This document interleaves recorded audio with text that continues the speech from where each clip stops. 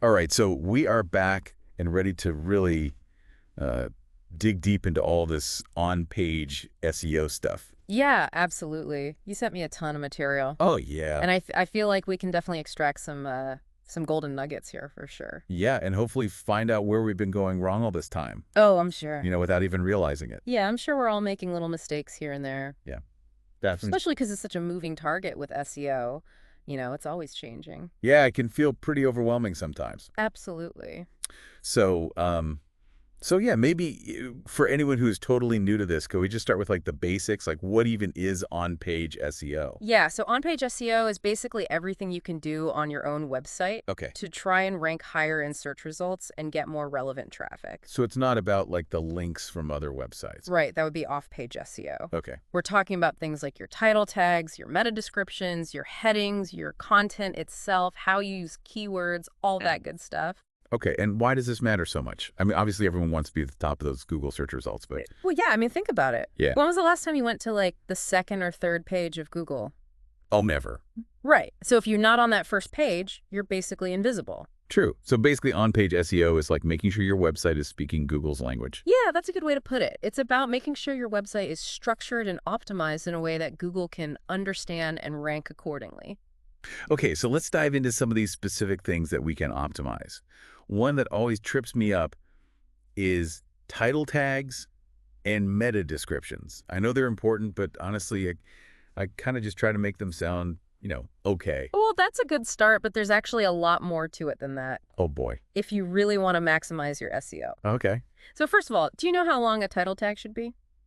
No, not really. Ideally around 50 to 60 characters. Okay. Too short, and you're missing out on valuable keywords. Too long, and it gets cut off in the search results. So it's like a Goldilocks situation. Yeah, exactly. Got to get it just right. You got it. And one of the sources you sent mentioned using your main keyword early in the title tag. Oh, right, right. This helps Google understand what your page is about. Okay. But you also want to make sure it's compelling and click-worthy for humans. Okay, so like not just keywords. Right, you want to balance SEO with user experience. Okay, that makes sense. So what about meta descriptions? Do keywords matter as much there? Not as much. Think of the meta description as your elevator pitch. Okay. It's your chance to convince someone to click on your link from the search results page. So make it sound enticing. Exactly. Be descriptive, highlight the benefits of visiting your page, maybe even hint at a problem they have that you can solve. It's like a little teaser. Yeah, like a little preview of what they'll get if they click through. Okay, that makes a lot more sense now. Now, one thing I've always been confused about is keyword stuffing. Is that still a thing, or is that like a myth from the dark ages of SEO? It's definitely a myth. Okay, good. Or at least it's a tactic that will hurt you more than it helps you these days. Okay. Google's algorithms are much more sophisticated now. They can tell when you're just trying to cram keywords in there without actually providing valuable content. So quality over quantity. Exactly. And it's not just about pleasing Google. Think about it from a user's perspective. Okay. If you're reading a piece of content that's just full of awkward keyword phrases, it's not going to be a very enjoyable experience. Not at all. You're going to bounce right off that page. And speaking of bouncing off the page, Yeah. what about URLs? I've never really thought about those as an SEO factor. They're more important than you might think. Really? A clean and descriptive URL is not only easier for search engines to understand, Okay. but it also builds trust with your visitors. So like website.com/blog, this is the title of my post, versus website.com//7. Exactly. Which one would you rather click on? Oh, the first one for sure. Yeah, right. It gives you a clear idea of what the page is about. Plus, if you can naturally include relevant keywords in your URL, that can give you a little SEO boost. Okay, so URLs matter. And what about internal linking? I know I should be doing it, but I always forget. Is it really that important? It's more important than you might think Oh, okay. for both SEO and user experience. Firstly, it helps users navigate your site and find related content. Okay, so it's like saying, hey, if you like this article, you might also like this one. Exactly. And from an SEO perspective, it helps Google understand the structure of your site and which pages are most important. So the more internal links a page has, the more important it must be. That's one way to look at it. And the anchor text you use for those links matters too. Anchor text. That's the clickable text, right? Right. So instead of just saying click here or read more, use text that actually describes the page you're linking to. So like instead of click here to learn more about SEO, say learn more about on-page SEO tips. Exactly. It helps Google understand the context, and it's more helpful for users too. Okay, that's a good tip. I'm going to start paying more attention to that. Yeah, it's a small change, but it can make a big difference. Cool. So we've covered title tags, meta descriptions, URLs, and internal linking. What's next on our on-page SEO checklist? Well, how about we tackle something that often trips people up?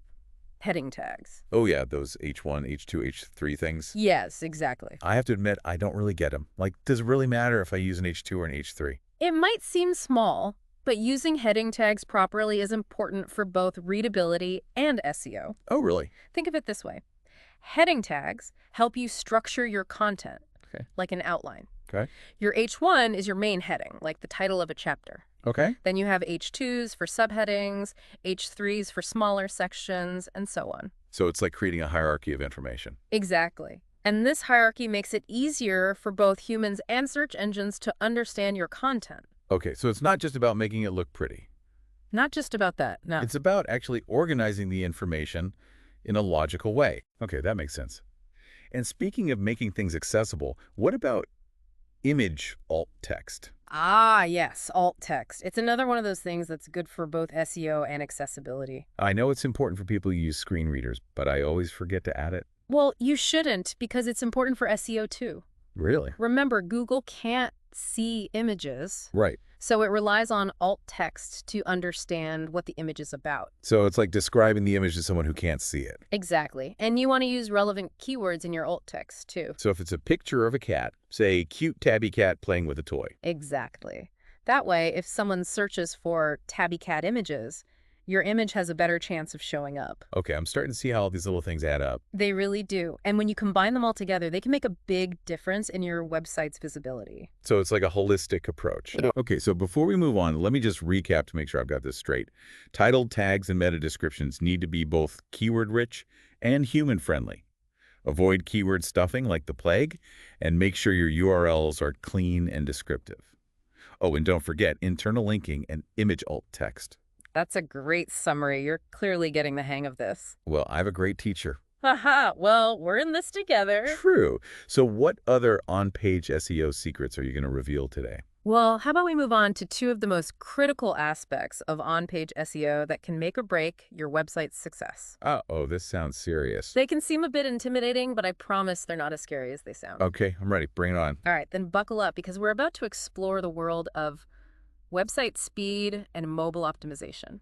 Okay, website speed and mobile optimization. Here we go. Let's do it. Okay, website speed and mobile optimization. Two of my favorite topics. Yeah, I have to admit, these are two areas where I know my site could use some work. Well, you're not alone. I think we've all been there. I mean, who hasn't gotten frustrated waiting for a page to load? Oh, yeah, absolutely. And, it's not just about our own patience. It actually affects your SEO, too. Really? One of the sources you sent said that the average visitor will only wait about 3 seconds for a page to load before they bounce. 3 seconds. That's like nothing. I know, right? And Google knows this, which is why site speed is a ranking factor. So if your site is slow, it could actually hurt your position in the search results. Exactly. Oh, wow. Okay, so it's like a double whammy, bad for users, bad for SEO. Very much. Okay. So what can we do about it? What are some practical things that we can do to improve site speed? Well, one of the biggest culprits is images. Images, yeah. They can be huge files, Yeah. and they can really slow down your site. So what do you do? Like just make all the images really tiny? No, not necessarily. It's about finding the right balance between quality and file size. Okay. There are tools out there that can compress images without making them look blurry or pixelated. Oh, cool. So you don't have to sacrifice quality. Exactly. And it's also worth looking into different image formats. Like what? Well, some formats, like WebP, can deliver better quality at smaller file sizes. WebP. Okay, I've heard of that. Is that something that's supported by all browsers? It's becoming more widely supported, yeah. It's definitely worth looking into. Okay, so image optimization is a big one. Mhm. Are there any other like quick wins for site speed? One that's often overlooked is browser caching. Browser caching, okay. Basically, this lets visitors store certain website data on their device so they don't have to re-download it every single time they visit. So it's like remembering a shortcut. Yeah, exactly. It can make a big difference in load times, especially for repeat visitors. Okay, cool. Now, what about mobile optimization? Ah, yes. The mobile first world we live in. Right. It's so important, but I struggle with how to actually make my site mobile friendly without having to build a whole separate version. You don't need a separate site. Okay, good. That's where responsive design comes in. Responsive design, okay? It's about building a website that adapts to any screen size, from a tiny phone to a huge desktop monitor. So the layout, the text size, everything just adjusts automatically. Exactly. And this is crucial because of something called mobile-first indexing. Mobile first indexing. Okay. Google now primarily uses the mobile version of a website for indexing and ranking. So if your site isn't mobile friendly, you're basically screwed. Pretty much, yeah. You're going to have a hard time ranking well. Wow, okay. Responsive design sounds complicated, though. Are there any, tools or resources out there that can help? Definitely. Many website builders now offer responsive templates. Oh, okay. And there are tons of online resources to help you learn the basics of responsive design. So it's not as hard as it sounds. It's definitely gotten easier over the years. Okay, good. So responsive design is a must for mobile optimization. Hmm. What about other things? Are there any specific things we should be doing for mobile users? Well, one thing to keep in mind is that people are often using their phones on the go. Right, so they might be in a hurry. Exactly. So you want to make sure your site is easy to navigate and that the content is concise and to the point. Short and sweet. Exactly. Okay. Now, before we move on from on-page SEO, there's one thing that's always sounded kind of mysterious to me, and that's schema markup. Ah, yes, schema markup, the language of search engines. Yeah, I hear it thrown around, but I don't really get what it is or why it matters. Okay, so think of it this way. Schema markup is like giving search engines a cheat sheet to understand your content better. A cheat sheet. Yeah. It's a way of adding extra information to your HTML to tell Google things like, hey, this is a product page, or this is an event listing, or this is a recipe. So it's not just about keywords, it's about providing context. Exactly. And the beauty of schema is that it can help your site stand out in search results with what are called rich snippets. Rich snippets. You know, those search results that have extra information like star ratings, prices, or even event dates. Oh, yeah, those definitely catch my eye. Right. So schema can help you get those rich snippets because Google can understand your content more clearly and pull out those relevant details to display in the search results. Okay, so it's like giving your website a VIP task to stand out from the crowd. I like that analogy. Thanks.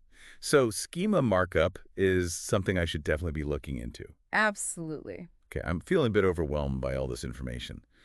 I know we need to stay up to date with SEO, but it feels like Google is constantly changing its algorithms and there's so much to learn. It can definitely feel like a moving target, but that's also what makes it so interesting. True. There are some fantastic resources out there, though. Like what? Websites like Moz, Search Engine Land, and Yoast regularly publish articles and guides on the latest SEO trends and best practices. I've definitely come across those sites before. Yeah. They seem to be the go-to sources for SEO information. Yeah, they're great resources, and don't underestimate the power of Google itself. Their Search Console Help Center provides a lot of guidance on best practices and how to address any issues that might be affecting your site's performance. So Google is giving us the answers, but we just need to know where to look. Exactly. Okay. But beyond learning the basics, are there any tools or strategies that can help us take our on-page SEO to the next level? Absolutely. And one that's often overlooked is competitor analysis. Competitor analysis. That sounds kind of sneaky. It's not sneaky, it's strategic. It's like having a secret window into what your competitors are doing well. And what they're doing badly. And that too. Okay, so instead of just fumbling around in the dark, we can actually see what's working for others. Exactly. And then copy them. Well, not exactly copy them, but you can definitely learn from their successes and avoid their mistakes. Okay, that makes sense. But where do we even start? How do we choose which competitors to analyze? That's a key point. You want to focus on your true SEO competitors. True SEO competitors. Yeah, these aren't just companies offering similar products or services. They're the ones who are actively vying for the same keywords and audience that you are. Okay, so if I have a blog about vegan recipes, I wouldn't just look at any food blog. I'd look at other blogs that are specifically about vegan recipes. Exactly. Once you've identified your true SEO competitors, you can use tools like SEMrush or Ahrefs to dissect their keyword strategy. Dissect their keyword You strategy. can see which keywords are driving traffic to their site, and that can reveal potential keywords that you might be missing or areas where you could create more targeted content.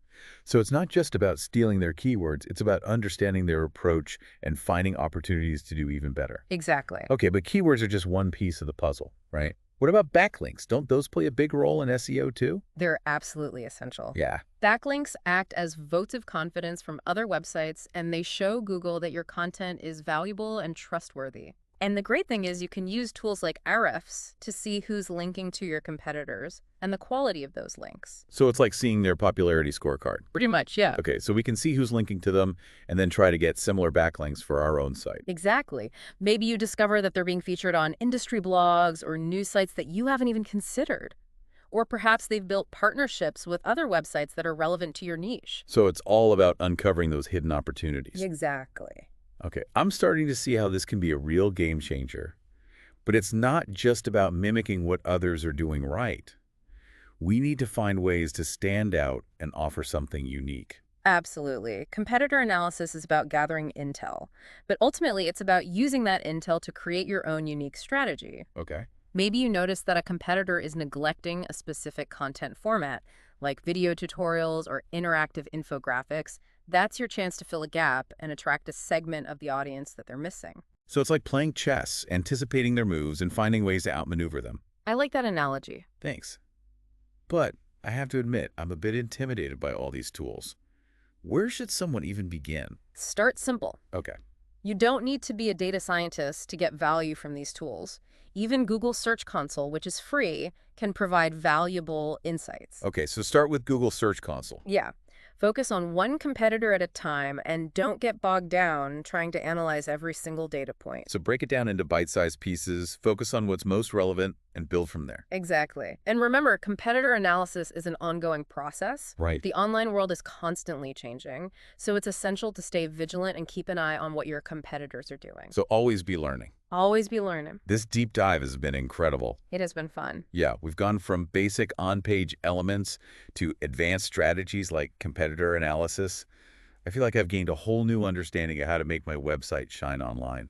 That's what it's all about, empowering you with the knowledge and tools to succeed in the digital world. Remember, the journey of SEO is a marathon, not a sprint. Okay. Keep learning, keep experimenting, and never stop optimizing. Well said. A huge thank you for sharing your expertise and guiding us through this fascinating and sometimes overwhelming world of on-page SEO. It's been a pleasure. And to our listeners, thanks for joining us on this deep dive. Remember, the key to success is creating valuable content for your audience and staying curious about the ever-evolving world of SEO. Until next time, happy optimizing. Okay, so we left off talking about competitor analysis and how we can kind of peek behind the curtain and see what's working for other websites. Yeah, it's like having a secret weapon in your SEO arsenal. So, like, how do we actually use these tools? I know you mentioned SEMrush and Ahrefs, Right, those are two of the most popular ones. but even Google Search Console, you said. Yeah, even Google Search Console can give you some insights. So we can use these to see what our competitors are doing well and where they might be falling short. Exactly. Think of it like this. You're not just checking your own website's stats anymore, you're actually getting a glimpse into your competitors' strategies. So we can see what keywords they're ranking for. Yeah, you can see which keywords are driving traffic to their site. And that can give us ideas for keywords that we might be missing. Exactly. Or maybe you discover that they're targeting a specific long-tail keyword that you hadn't even thought of. A long tail keyword, that's like a more specific phrase. Yeah, like instead of just shoes, it might be best running shoes for women with high arches. Okay, so we can use these tools to find those hidden keyword gems. Absolutely. And it's not just about keywords. You can also see who's linking to your competitors. Oh, right, backlinks. Backlinks are like gold in the SEO world. Because they show Google that your site is trustworthy. Exactly. And these tools allow you to see the quality of those links, too. So we can see if they're getting links from, like, authoritative websites. Yeah, like if they're getting links from major news sites or industry publications, that's a good sign. Okay, so we can see who's linking to them and then try to get similar backlinks for our own site. Yeah, it's all about reverse engineering their success. So maybe we reach out to those same websites and see if they'll link to our content too. Exactly. Or maybe you notice that they're getting a lot of backlinks from guest blogging. Guest blogging. Yeah, writing articles for other websites in your niche. Okay, so we can use competitor analysis to uncover all sorts of link building opportunities. Absolutely. It's like having a roadmap to SEO success. But it's not just about copying what they're doing, right? We still need to be original. Of course.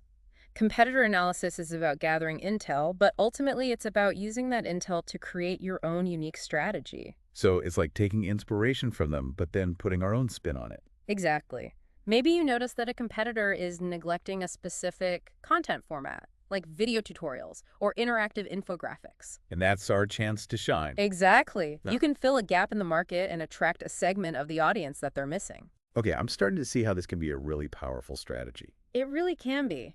But I know it can also feel a bit overwhelming. Yeah, a little bit. These tools seem pretty complex. They can be, but you don't have to be a data scientist to get value from them. Okay, good. Even Google Search Console, which is free, can provide valuable insights. So start with the basics. Exactly. Focus on one competitor at a time and don't get bogged down trying to analyze every single data point. So break it down into bite-sized pieces, focus on what's most relevant, and build from there. Exactly. And remember, competitor analysis is an ongoing process. Right, because the online world is constantly changing. Exactly. So you need to stay vigilant and keep an eye on what your competitors are doing. Always be learning. Always be learning. That's the key to success in SEO. Wow, this deep dive has been incredible. I feel like I've learned so much about on-page SEO. Me too. It's been fun chatting with you about it. Yeah, thanks for walking us through all of this. It could be a pretty daunting topic, but you've made it really clear and easy to understand. That was the goal. And to our listeners, thank you for joining us on this deep dive into the world of on-page SEO. Remember, the best way to improve your SEO is to create valuable content for your audience and stay curious about this ever-changing field. And don't forget to check out those tools we talked about, like SEMrush or Refs and Google Search Console. They can really help you take your SEO to the next level. All right, that's it for this episode. Until next time, happy optimizing.